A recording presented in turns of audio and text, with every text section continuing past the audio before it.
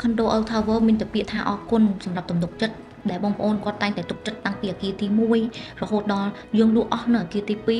ឡូវនេះគឺយើងបុកគ្រឹះរួចរាល់ហើយអគារទី3ទៀតគឺបងប្អូនតាមទិញគ្រប់គម្រោងនៅក្នុងវីដេអូមួយនេះខ្ញុំសូមថ្លែងអំណរគុណទៅដល់អតិថិជនទាំងអស់ដែលតែងតែទុកចិត្តជឿជាក់លើគម្រោង Condo ខ្មែរខ្ញុំជាម្ចាស់គម្រោងគឺខ្ញុំមានតែលក់គុណភាពលក់ទីតាំងដែលប្រណិតនិងលក់ទំនុកចិត្តជូនអតិថិជនដើម្បីបងប្អូនគាត់ទទួលបានលំនៅឋានមួយដែលល្អឥតខ្ចោះ Condo មួយស្មើនឹងទិញផ្ទះមួយនៅចំកណ្ដាលទីក្រុងសម្រាប់បន្ទប់ធំៗវិញស្មើនឹងបងប្អូនទិញវីឡាមួយនៅលើអាកាសបងប្អូនអាចឃើញហើយសមិទ្ធផលរបស់គម្រោង Condo Old Tower តាំងពីអគារទី1រហូតដល់អគារទី2ទី3សូម្បីតែអគារទី2របស់យើងគឺយើងសម្រុកក្នុងការសាងសង់ដើម្បីឲ្យទាន់ពេលវេលាកំណត់របស់អតិថិជនបើសិនជាបងប្អូនចង់បានលំនៅឋានមួយដែលល្អ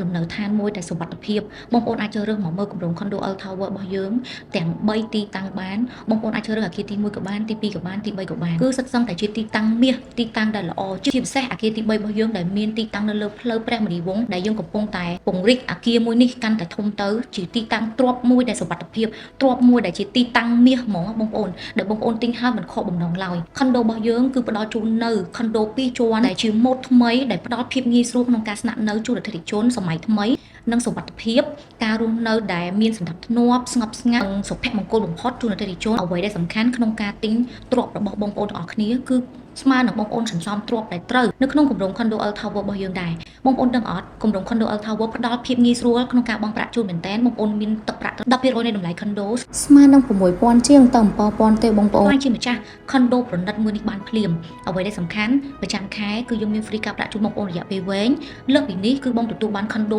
មួយដែលលើសពី Condo គឺស្មើនឹងផ្ទះដែលនាំលៀបនាំសំណាងបងប្អូនអាចដាក់ជួលឬក៏បងប្អូនអាចវិនិយោគក្នុងការលក់ចេញវិញឬមួយក៏បងប្អូនស្នាក់នៅគឺសុទ្ធតែល្អជាជំនួសល្អបំផុតសម្រាប់បងប្អូនទាំងគ្នាដោយសារតែ Condo Old Tower ទើបតែបង្កើតថ្មីមែនប៉ុន្តែមានឈ្មោះបោះសម្លេងគេឈ្មោះល្អខ្លាំងអ្វីដែលសំខាន់គឺបងប្អូននៅក្នុងស្រុកនិងក្រៅស្រុកគឺគាត់ទទួលស្គាល់មានទំនុកចិត្តខ្លាំងបំផុតជា Condo ខ្មែរគឺសាងសង់ដោយជនជាតិខ្មែរអាចអភិវឌ្ឍ Condo ឲ្យល្អជូនប្រជាជនខ្មែរយើងបាន